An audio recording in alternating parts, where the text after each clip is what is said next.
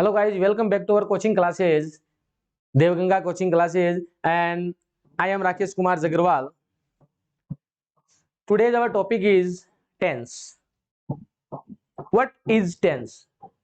Tense का नाम आता है हमारे पास में, सबसे पहले एक क्वेश्चन पुटअप होता है, व्हाट इज टेंस। ये अपन डेफिनेशन के रूप में देख सकते हैं। बेसिकली बात जान रहे हैं कि what is tense,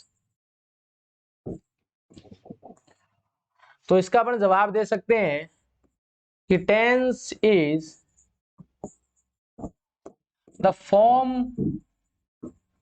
of a verb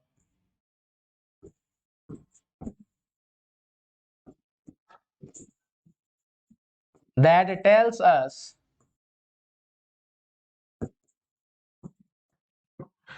about the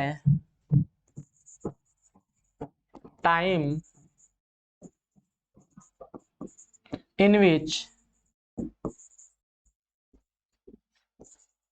the work is being done। इसका अर्थ है कि टेंस एक ऐसा शब्द है, वो क्या है, the form of a verb. Tense क्या है, फॉर्म ऑफ अ वर्ब है, जो में क्या करता है, टेल्स बताता है अबाउट द टाइम, उस समय के बारे में, इन विच, जिस समय में, जिस टाइम में, the work is being done, जिस समय में यह काम किया जा रहा है। कौन से टाइम में किया जा रहा है? टाइम की अपन बात करते हैं कि जो टाइम है उस वो 3 टाइप्स के होते हैं, present, past and future. Present, past and future. Present के 4 पार्ट होते हैं, पास्ट के 4 पार्ट होते हैं, फ्यूचर के 4 पार्ट होते हैं। इस बात को नॉर्मली बेसिकली हर आदमी जानता है। तो अपन बात करते हैं इसके आगे की प्रोसेस, और ये वीडियो खासकर उनके लिए बहुत ज्यादा साबित होने वाला है जो हिंदी मीडियम में है। हिंदी मीडियम वाले बच्चों के लिए ज्यादा फायदेमंद ऐसे होगा कि हिंदी मीडियम का जो बच्चा है उसके सबसे बड़ी एक समस्या आती है कि ट्रांसलेशन की। हम एक सेंटेंस को ट्रांसलेट कैसे करें, तो उन बच्चों को ध्यान में रखते हुए हमने इस वीडियो को बनाया है। देखिए, हम बात करते हैं प्रेजेंट सिंपल टेंस की। प्रेजेंट सिंपल, या फिर इसे दूसरा नाम दे सकते हैं डेफिनिट टेंस।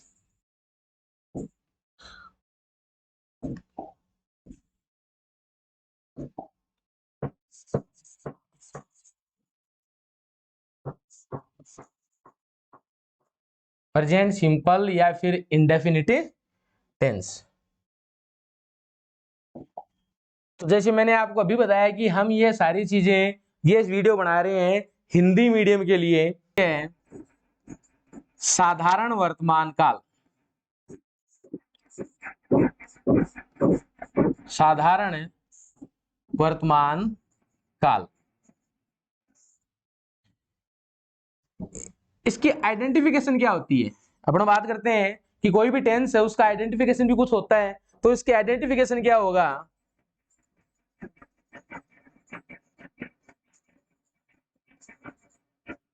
आइडेंटिफिकेशन जो होती है उसका अर्थ होता है पहचान। हिंदी में अपन बात कर रहे हैं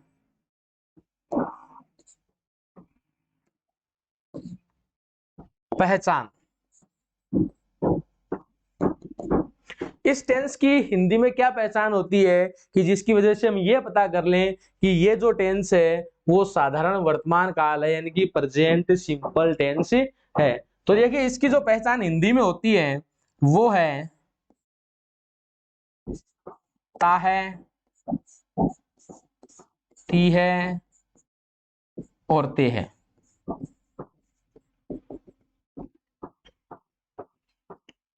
मुझे पता है जैसे ही मैं ये पढ़ा रहा हूं आप ये सोच रहे हैं कि कौन सा तरीका काम में आ रहा है, लेकिन बेसिक टेंस ट्रांसलेशन के लिए यही तरीका दी बेस्ट है। आप एक बार ट्राई जरूर करिएगा।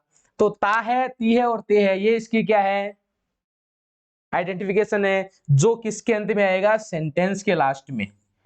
आपका जो सेंटेंस है उसके लास्ट में ये अक्षर आएंगे, और इसमें जो वर्ब काम में आएगी, इसमें जो क्या काम में आएगी, वर्ब काम में आएगी, वो आती है, आप इसमें लगाते हो वर्ब की फर्स्ट फॉर्म प्लस एस या ईएस। अब वर्ब की फर्स्ट फॉर्म प्लस एस या ईएस कैसे कैसे लगाते हो, ये बात डिपेंड करती है किसके अनुसार, नंबर ऑफ सब्जेक्ट, किसके अनुसार, number of a subject. Number of subject का अर्थ मतलब सब्जेक्ट सिंगुलर है या प्लूरल, और सब्जेक्ट कितने प्रकार के होते हैं, टू टाइप्स के होते हैं, सिंगुलर और दूसरा प्लूरल। सब्जेक्ट कितने प्रकार के होते हैं, सिंगुलर और प्लूरल। देखिए बात करते हैं सिंगुलर सब्जेक्ट कौन सा होता है और प्लूरल सब्जेक्ट कौन सा होता है। तो इसकी एक हम नॉर्मली क्या बेसिकली टेबल बनाते हैं सिंगुलर सब्जेक्ट की।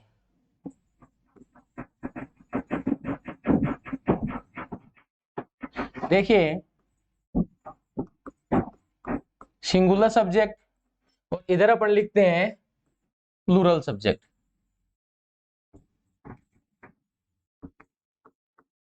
सिंगुलर सब्जेक्ट में एक बेसिक तौर पर हम लिखते हैं ही,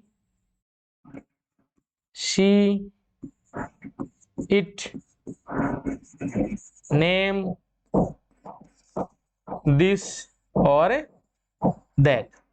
एक हम सिंगुलर नाउन की भी बात कर लेते हैं, इसको इसके अंदर हम क्या करते हैं, सिंगुलर नाउन भी और ऐड करते हैं। ये आप सभी को मालूम है, ही का मतलब होता है वह, शी का अर्थ भी क्या होता है वह, इट का मतलब होता है यह, नेम किसी का भी हो सकता है, राम या श्याम, महेश, रमेश, सोहन, मोहन। दिस, दिस का मतलब होता है यह, दैट का मतलब वह, और सिंगुलर नाउन कोई भी हो सकता है। ये होता है पुल्लिंग के लिए, वह किसके लिए, ही किसके लिए काम में आता है, पुल्लिंग के लिए, सी काम में आता है किसके लिए, स्त्रीलिंग के लिए। यह जो है इट, इट काम में आता है किसके लिए, एनिमल, कोई एनिमल हो या फिर कोई इन एनिमेट, या फिर कोई क्या हो, इन एनिमेट, इन एनिमेट थिंग्स। इन एनिमेट का मतलब होता है निर्जीव वस्तु, कोई भी निर्जीव वस्तु हो उसके लिए अपन इसको काम में लेते हैं। दिस, दिस काम आता है सिंगुलर कोई भी चीज के लिए, लेकिन वो कौन सी चीज होती है, नियर थिंग्स, यानी जो पास में होती है उसके लिए अपन क्या काम में लेते हैं दिस, और दैट काम में लेते हैं फार थिंग्स, जो चीज क्या होती है अपन से दूर होती है। और सिंगुलर नाउन कोई भी हो सकता है, नाउन आप जानती हो संज्ञा किसे कहते हैं, नाउन मीन संज्ञा, संज्ञा किसे कहते हैं, किसी व्यक्ति, वस्तु, स्थान, दशा या भाव के नाम को संज्ञा कहते हैं। The name of place, person, things और अब्स्ट्रैक्ट, किसी भी प्रकार की संज्ञा हो सकती है, वो नाम अपने पास में आ जाएगा। बात करते हैं प्लूरल सब्जेक्ट की। प्लूरल सब्जेक्ट में क्या आता है, I, we, you, they, these, those, और कोई भी प्लूरल नाउन। देखिएगा आई का मतलब मैं, वी का मतलब हम, यू का मतलब तुम, दे का मतलब वे, दीज का मतलब होता है ये, दोज का मतलब होता है वो, और प्लूरल थिंग्स कोई भी हो सकती है। जैसे यहां पर मैं सिंगुलर थिंग्स पहले लिखूं, मैंने लिख दिया यहां पर टेबल, बुक, बॉय, फादर, ऐसी इसी को प्लूरल कर देंगे तो ये हमारे पास में क्या आ जाएगा, टेबल्स, बुक्स एटसेट्रा, ये सारी चीजें आ जाएंगी। और एक और बात आपको बता दूं, ये जो है ये ऑलमोस्ट इन्हीं के प्लूरल है। जैसे देखो यहां से बात करते हैं, ये है सिंगुलर के अंदर, ये सारा क्या है सिंगुलर है, और ये सारे इन्हीं के क्या है प्लूरल है। जैसे दे किसका प्लूरल होता है, ही, सी, इट, या फिर कोई नेम।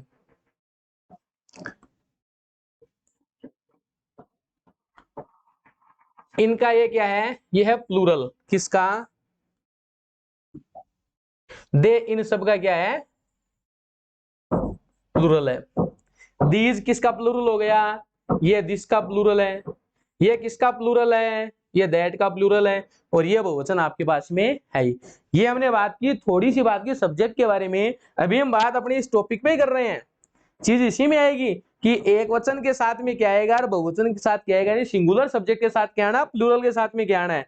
तो देखिए, ये सिंगुलर सब्जेक्ट है और ये प्लूरल सब्जेक्ट है। तो अपन बात करते हैं अब सिंगुलर सब्जेक्ट के साथ में, और यानी सिंपल टेंस में चल रहे हैं अपन।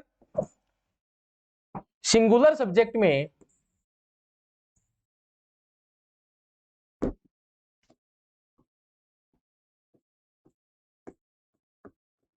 सिंगुलर सब्जेक्ट के साथ हम लगाते हैं first form of the verb और उसके साथ एस या ईएस। और अगर सब्जेक्ट आपके पास में क्या हो, प्लूरल हो,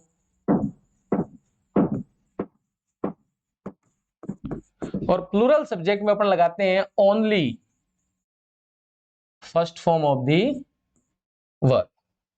सिंगुलर सब्जेक्ट के साथ सिर्फ वर्ब की सिंगुलर सब्जेक्ट के साथ वर्ब की फर्स्ट फॉर्म प्लस एस या ईएस, और प्लूरल सब्जेक्ट के साथ में ओनली वर्ब की फर्स्ट फॉर्म। पहले एक एग्जांपल देख लेते हैं अपन, उसके बाद आगे की बात करते हैं इसमें। जैसे मैंने एक सेंटेंस लिखा, अपन हिंदी में लिखते हैं इसको, फिर ट्रांसलेट करेंगे। मैंने सेंटेंस लिखा कि राम एक आम खाता है। सेंटेंस लिखा मैंने, राम एक आम खाता है। तो अपन क्या करते हैं, सबसे पहली बात ध्यान में रखने वाली ये है कि अगर आप किसी भी सेंटेंस को ट्रांसलेट कर रहे हैं, उसकी अंग्रेजी बना रहे हैं, तो आपके पास में तीन चीजें मस्ट होनी चाहिए, वो ऑलमोस्ट मिलती हैं। जिसमें एक नंबर पे आता है सब्जेक्ट, दो नंबर पे आता है वर्ब, और तीन नंबर पे आता है ऑब्जेक्ट। ये तीन चीजें आपके पास में होनी ही होनी चाहिए। ऑलमोस्ट अपन बात करते हैं कि सब्जेक्ट जो है, बेसिकली सब्जेक्ट हमेशा सेंटेंस के शुरू में आता है, बेसिक की बात करते हैं। वर्ब सेंटेंस के लास्ट में आता है, बीच में बच गया वो क्या कहलाता है, ऑब्जेक्ट कहलाता है। यानी कि ये तो हो गया आपका सब्जेक्ट, ये हो गई आपकी मेन वर्ब, और ये हो गया आपका ऑब्जेक्ट। अगर आप इसको सेंटेंस में बनाना चाहते हैं तो इसकी आपकी क्या होगी, एक स्ट्रक्चर होगी। क्या होगी, स्ट्रक्चर। और स्ट्रक्चर में हमेशा हम क्या करते हैं, सबसे पहले सब्जेक्ट लिखते हैं, उसके बाद में मेन वर्ब लिखते हैं, और उसके बाद में क्या लिखते हैं, ऑब्जेक्ट लिखते हैं। इसी पैटर्न पर आप किसी भी सेंटेंस का ट्रांसलेट अच्छे तरीके से कर सकते हैं। देखिए, इसी सेंटेंस को अपन तैयार करते हैं। सबसे पहले क्या आएगा, सबसे पहले आना चाहिए सब्जेक्ट, और सब्जेक्ट अपने पास में क्या है, राम। नंबर दो पर आना चाहिए वर्ब। इसमें मेन वर्ब क्या है, खाता है। खाने की इंग्लिश होती है ईट, खाने की ट्रांसलेट क्या होती है, ईट। राम ईट। अब ऑब्जेक्ट यहां पर लिख दिया हमने, a mango. Ram eat a mango. अब हमारे पास में थोड़ी सी कमी सेंटेंस में दिखाई दे रही है। वो क्या दिखाई दे रही है कि यह है अपने पास में वर्ब है ईट, लेकिन जबकि सब्जेक्ट हमारे पास में क्या है, सिंगुलर। और सिंगुलर सब्जेक्ट होता है तो उसके साथ या तो आप एस लगाते हो या फिर ईएस लगाते हो। यहां पर सिंगुलर सब्जेक्ट के कारण यहां पर क्या लगेगा, एस लगेगा। क्या लगेगा, एस। अब अपने पास में एक बात उठती है, सर एस ही क्यों लगा, ईएस क्यों नहीं लगा। ये भी एक हमारे पास में एक मुद्दा है, टॉपिक है कि सर इसके साथ में एस ही क्यों लगा, ईएस भी तो लग सकता है। इसके लिए एक चीज हम ध्यान देते हैं, ये भी एक पॉइंट आप कवर कर सकते हो इस चीज से। एस और ईएस ये कब लगता है, जब आपके पास में कोई वर्ब आए और उस वर्ब का लास्ट अक्षर, लास्ट लेटर जो होता है ना, वो क्या हो, S, double S, SH CH, O H, ओ, अक्ष या फिर जेड। अगर ये हो कोई वर्ब आपके पास में आई हो, उस वर्ब का अंतिम अक्षर S double S S S C H O x या जेड हो, तो आप उसके अंदर क्या लगाएंगे, उसमें अपन लगाएंगे उस वर्ब के अंत में ईएस लगाएंगे। क्या लगाएंगे? ईएस। जैसे मैंने सेंटेंस यहां पर लिखना है कि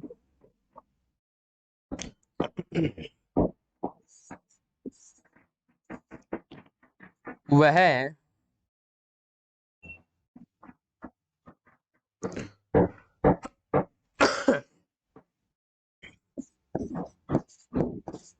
कपड़े धोती है। मैंने एक सेंटेंस लिखा है वह कपड़े धोती है, तो इसमें सब्जेक्ट तो क्या हो गया? वह। कपड़े इसमें ऑब्जेक्ट हो गया, धोना इसमें क्या हो गया? वर्ब हो गया। तो अपन क्या करते हैं, सेंटेंस बनाते हैं। तो धोती है, ये क्या है? स्त्रीलिंग है, यानी फेमिनाइन है, तो यहां पर क्या लगाएंगे अपन? सी। धोने की होती है गाइस वॉश, और she wash the clothes. She wash the clothes. अब देखो यहां पर ये सिंगुलर है, यहां पर ये क्या है? सब्जेक्ट सिंगुलर है, तो वर्ब है वो भी क्या आएगी? सिंगुलर। अब इसके अंत में एस या ईएस लगेगा, लेकिन इधर देखो इस वर्ब के लास्ट में क्या आ रहा है? S H. और ये अपना रूल कहता है कि कोई वर्ब है उसके लास्ट में अगर S double S S S C H O x या जेड हो, तो आप क्या लगाते हो? ईएस लगाते हैं। तो यहां पर क्या लगेगा? ईएस लगेगा। ये अक्षर हो तो क्या लगेगा? ईएस। और अगर ये नहीं हो तो आप वहां पर क्या लगाएंगे? सिर्फ एस लगाएंगे। इसका भी एक सेंटेंस अपन देखते हैं। देखो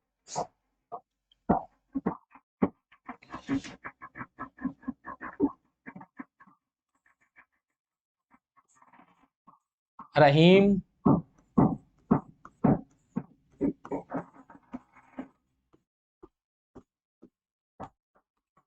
पत्र लिखता है, तो रहीम क्या हो गया?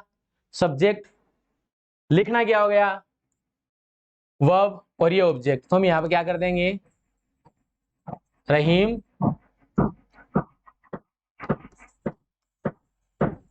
Right a letter.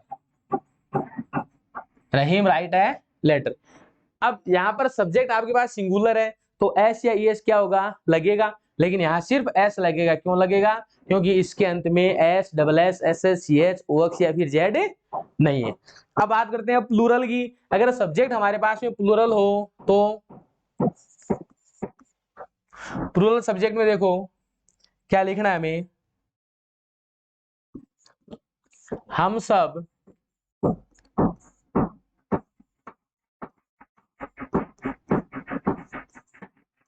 Football match खेलते हैं। तो वी भी लिख सकते हो, और आप वी ऑल भी लिख सकते हो। We all play football match. यहां पर हमने एस या ईएस नहीं लगाया। क्यों नहीं लगाया? क्योंकि सब्जेक्ट क्या है? प्लूरल है। देखिए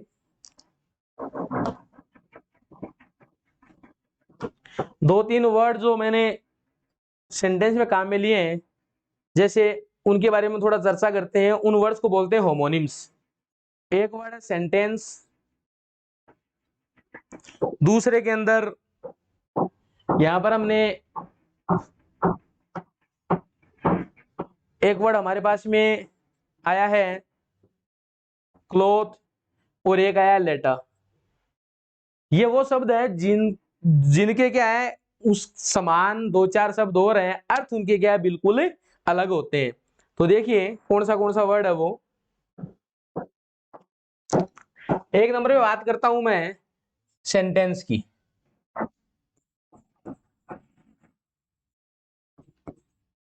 सेंटेंस, इस सेंटेंस के दो अर्थ होते हैं। एक तो होता है वाक्य, और एक इसका अर्थ होता है गाइस सजा देना। क्या होता है? सजा देना। वाक्य इसका अर्थ तब होगा जब ये वाक्य में किसका काम करेगा? नाउन का। और जब ये वर्ब के रूप में काम करता है तो हम सेंटेंस का अर्थ क्या निकालते हैं? सजा देना। देखिए एग्जांपल आपको बताता हूं।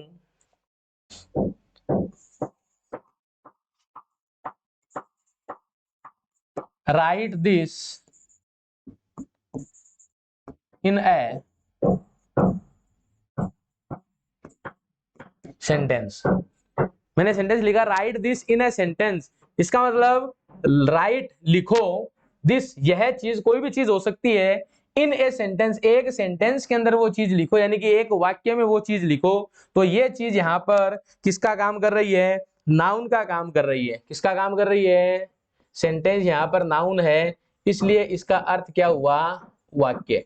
अगला सेंटेंस जिसमें इस सेंटेंस का अर्थ होता है सजा देना, वो क्या होता है?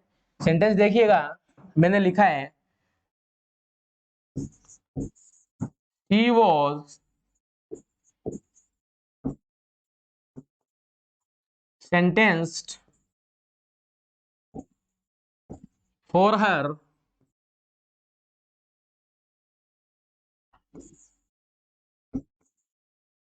blunder mistakes। She was sentenced for her blunder mistakes, यानी कि उसे क्या दी गई? सेंटेंस यानी सजा दी गई।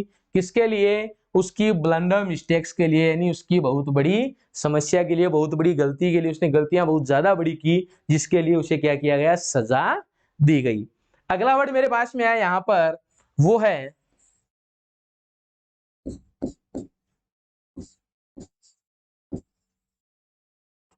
क्लॉथ।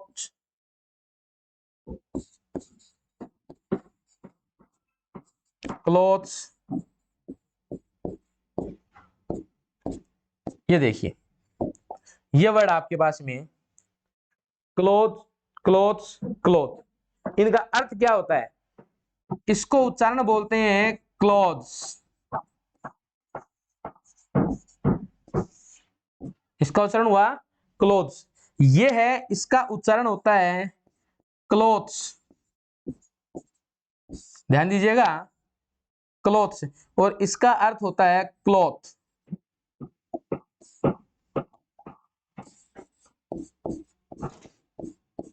अंतर इसमें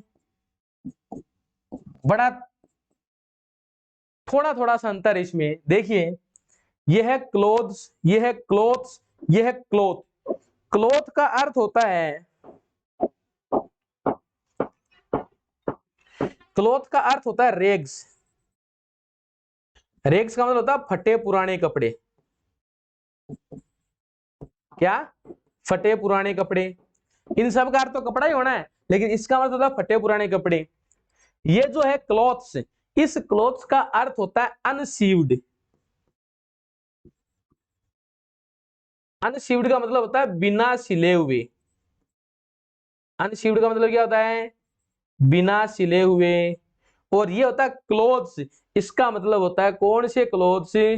सीव्ड, यानी कि सिले हुए। कौन से कपड़े? सिले हुए। ये इनका क्या होता है? अर्थ होता है।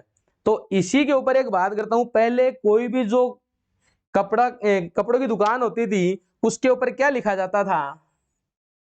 उसके ऊपर लिखा जाता था क्लॉथ स्टोर। क्या लिखते थे? Cloth store. आजकल थोड़ा चेंज कर दिया है, आजकल क्लॉथ स्टोर की बजाय हम दुकानों के ऊपर ये नाम देखते हैं गारमेंट्स। क्या नाम देखते हैं? गारमेंट्स। ये देखते हो, फला गारमेंट्स, डमकाना गारमेंट्स। यानी गारमेंट में क्या होता है? सिले हुए, बिना सिले हुए, रेग्स, यानी फटे पुराने। फटे पुराने कपड़े, यानी वहां फटे हुए कपड़े नहीं रखते हैं। कहने का मतलब फटे पुराने कपड़े that is out of fashion, वो कपड़े जो फैशन से बाहर हो गए, तो वो क्या हो गए? फटे पुराने ही हो गया। अपना अगला वर्ड एक और इसमें काम में लेता हूं, जिसे मैं होमोनिम्स बोलता हूं। उसमें शब्द आता है लेटर। लेटर, लेटर और लेटर, ये तीन शब्द हैं। तो अब देखें, लेटर,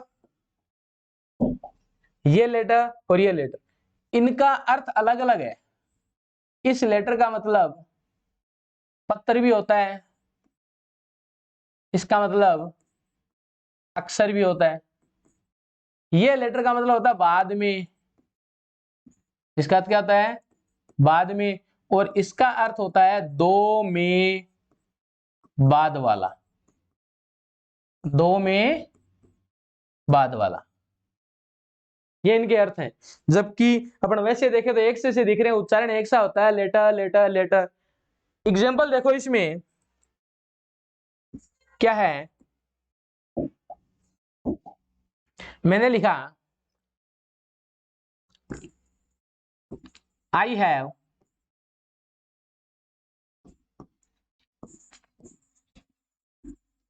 रिटन अ लेटर, मैंने एक पत्र लिखा। तो यहां पर इस लेटर का मतलब क्या है, पत्र है। यहां पर इस लेटर का मतलब क्या है, पत्र है। अगला देखो, there are 26 letters in English alphabet.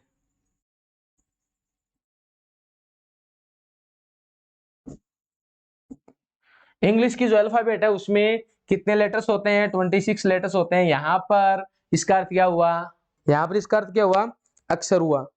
अगला देखो, लेटर, लेटर का मतलब है बाद में। I will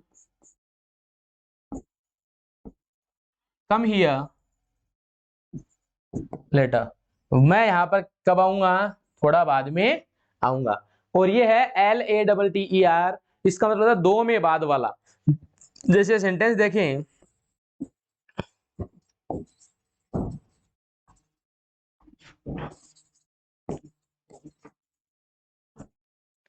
Ram and Shyam are friends,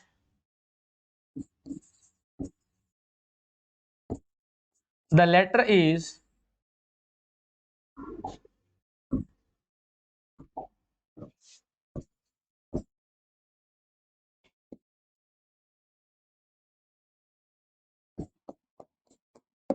the latter is more important, more intelligent. देखो, Ram and Shyam are friends, the latter is more intelligent. इसका मतलब यह हुआ कि राम और जो श्याम है ये दो फ्रेंड्स है।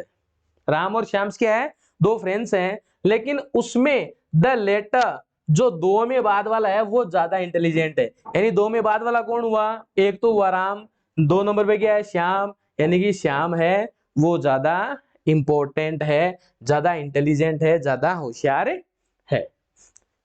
तो ये हुआ हमारा प्रेजेंट सिंपल टेंस है, उसका बेसिक, प्रेजेंट सिंपल टेंस का बेसिक, कि इसमें हम वापस रिवाइज कर लेते हैं कि इसकी जो पहचान है उसमें लास्ट में हिंदी के अंदर ता है, ती है, ते आएगा, जिसमें वर्ब अपने काम में लेते हैं, वर्ब की फर्स्ट फॉर्म प्लस एस या ईएस।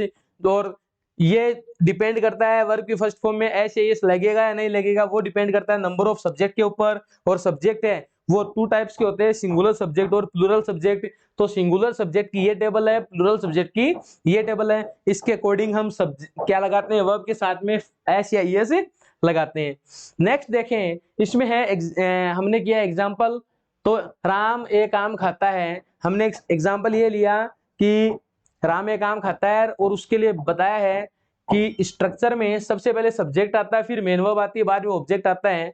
तो सब्जेक्ट इसमें राम है, ऑब्जेक्ट इसमें एक आम है, और खाना क्या है, वर्ब है। तो राम इट्स ए मैंगो। अब बात आती है एस या ईएस। तो कोई वर्ब है जिसके अंतिम अक्षर S, double S, S S, C H, ओ एक्स या जेड हो तो ईएस लगाते हैं। अगर ये नहीं हो तो अपन क्या करते हैं, एस लगाते हैं। और ये चीज डिपेंड आती है सिर्फ सिंगुलर सब्जेक्ट में। प्लूरल सब्जेक्ट में एस और ईएस का कोई लफड़ा नहीं है, कोई मैटर नहीं है। तो आगे देखें, अगला है, ये भी वही है, और ये प्लूरल हो गया कि हम सब फुटबॉल मैच खेलते हैं। तो यहाँ पर वी प्लूरल है, तो यहाँ पर सिर्फ हमने क्या लगाया, प्ले लगाया, एस या ईएस नहीं लगाया। इसके लिए उसके बाद हमारे पास में कुछ होमोनिम्स आते हैं, दो तीन शब्द ऐसे हैं कि जो उच्चारण में एक से हैं लेकिन अर्थ उनका बिल्कुल अलग है। जैसे एक नंबर पे आया सेंटेंस। सेंटेंस का दो अर्थ होता है, एक होता है वाक्य, दूसरा होता है सजा देना। वाक्य तब होता है जब ये किसके रूप में काम में आए, नाउन के रूप में काम में आए। और सजा देना तब होता है जब ये किसके रूप में काम में आए, वर्ब के रूप में काम में आई। तो right this in a sentence, इस चीज को, किसी भी चीज को सेंटेंस के अंदर लिखें तो वो क्या हो गया, यहाँ पर सेंटेंस किसके रूप में काम में आ रहा है, नाउन के रूप में, यानी इसका अर्थ क्या हुआ, वाक्य। और दूसरा सेंटेंस है कि she was sentenced for her blender mistake, उससे उसकी गलतियों के कारण क्या दी गई, सजा दी गई। तो यहाँ पर सेंटेंस किसके रूप में काम में आया, वर्ब के रूप में, इसलिए इसका अर्थ क्या हुआ, सजा देना। आगे आया क्लोथ, क्लोथ, क्लोथ्स।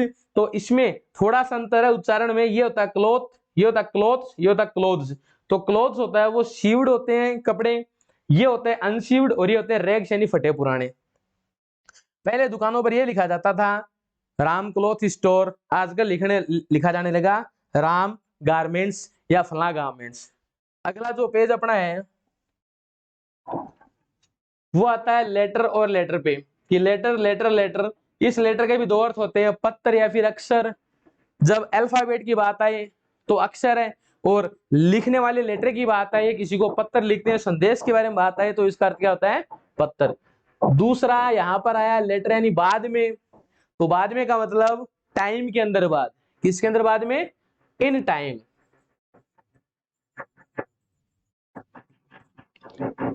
या फिर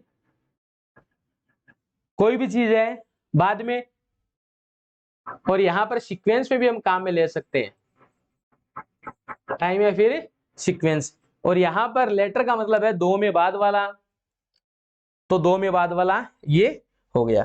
अब आगे अपन बात करते हैं, ये तो हुआ सिंपल सेंटेंस। अब बात करते हैं निगेटिव सेंटेंस की।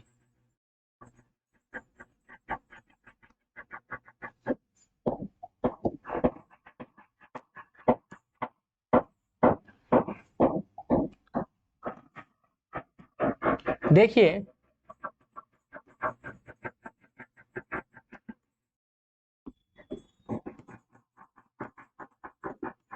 निगेटिव सेंटेंस कौन सा होता है, निगेटिव सेंटेंस वो होता है जिसमें क्या है, नकारात्मक, यानी जो नकारात्मक वाक्य होता है। और हिंदी के अंदर आपके पास में क्या दिया हुआ होता है, नहीं दिया हुआ होता है, क्या आता है, नहीं दिया होता है। और उसके लिए आप हेल्पिंग वर्ब क्या लगाते हैं,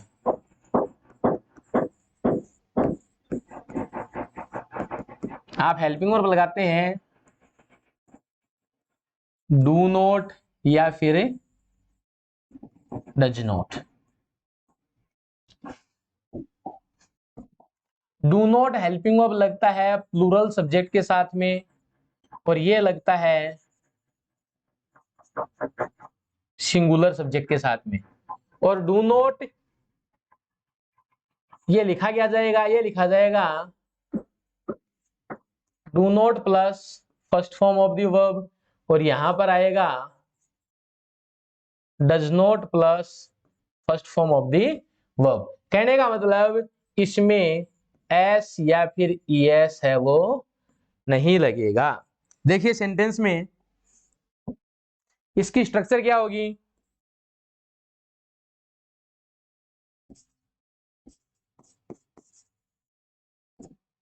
स्ट्रक्चर होगी, सबसे पहले क्या आ जाएगा, सब्जेक्ट, उसके बाद में हेल्पिंग वर्ब। इसमें हेल्पिंग वर्ब क्या लगती है, डू नॉट या फिर डज नॉट लगती है। उसके बाद में मेन वर्ब, मेन वर्ब की फर्स्ट फॉर्म, और अंत में ऑब्जेक्ट। सेंटेंस देखो,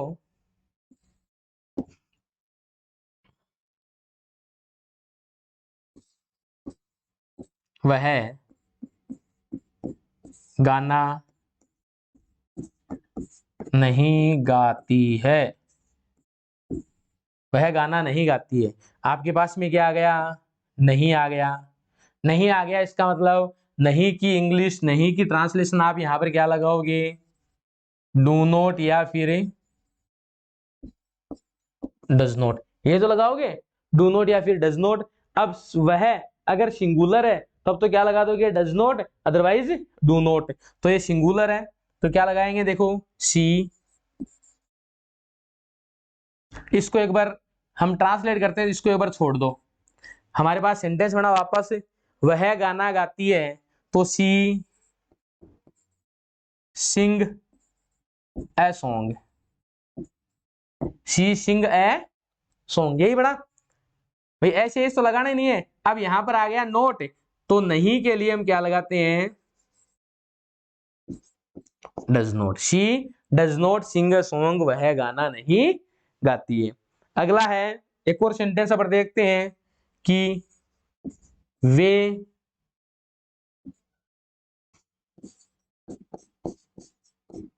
बाजार नहीं जाते हैं, वे बाजार नहीं जाते हैं। तो दे सब्जेक्ट हो गया, नहीं इसमें हेल्पिंग वर्ब आ जाएगी, जाते हैं ये मेन वर्ब, ये ऑब्जेक्ट। तो यहां पर क्या आ जाएगा, दे सिंगुलर है प्लूरल है, दे आपका प्लूरल, तो यहां पर आएगा डू नॉट, जाने की go to market,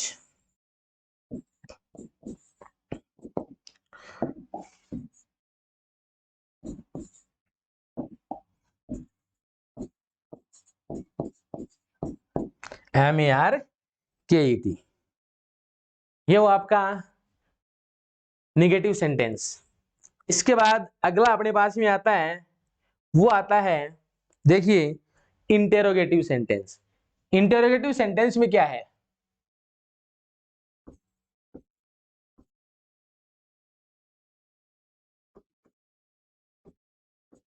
interrogative sentence,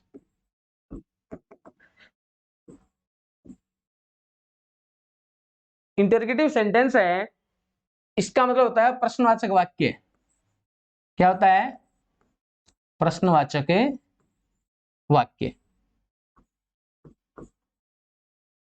पहले टेंस में टाइम लगेगा, इसी के अंदर जोर आएगा, क्योंकि बेस चल रहा है, शुरुआती चल रहा है, तो हर चीज इसी में अपन क्या करेंगे, एक्सप्लेन करते चलेंगे। आगे जो टेंस होगा उसका वीडियो भी अपना क्या होगा, छोटा होगा, ये वीडियो थोड़ा लेंथी हो सकता है। तो इंटेरोगेटिव सेंटेंस है, ये टू काइंड्स के होते हैं, जिसमें पहला तो होता है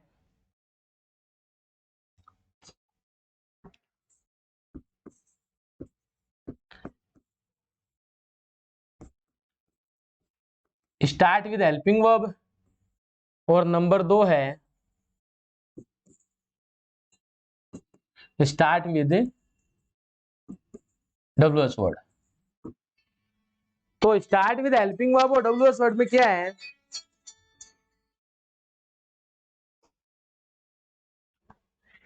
देखिए हम शुरुआत करते हैं स्टार्ट विद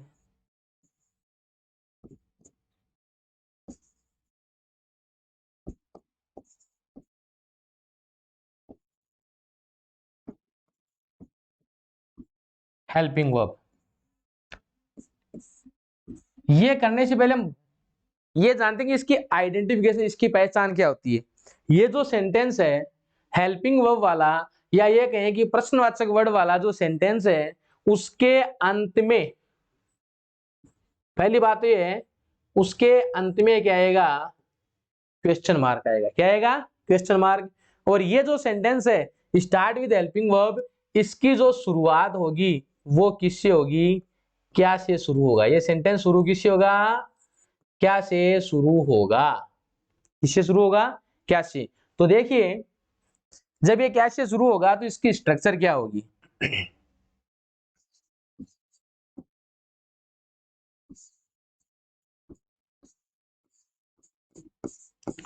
क्या मोहन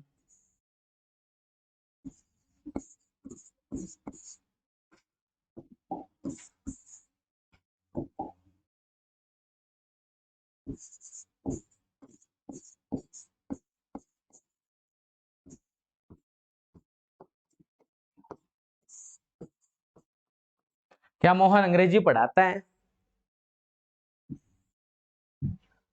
तो इसकी स्ट्रक्चर क्या होगी, कौन सी होगी, इंटरोगेटिव सेंटेंस, और इंटरोगेटिव में भी कौन सा, हेल्पिंग वर्ब वाला।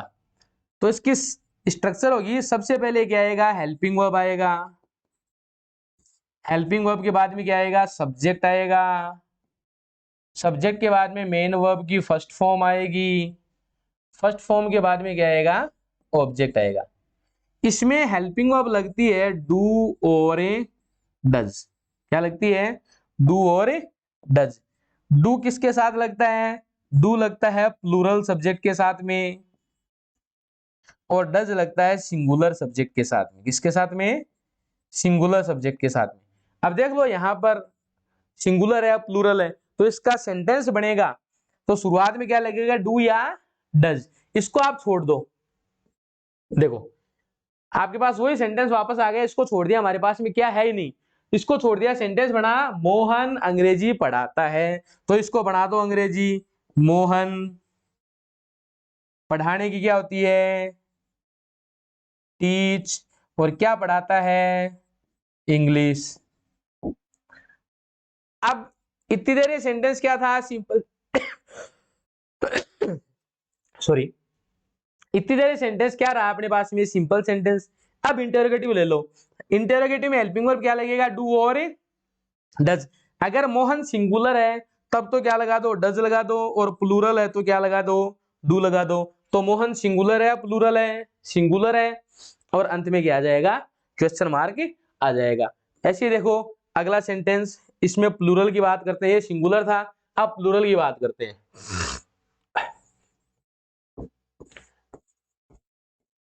क्या हम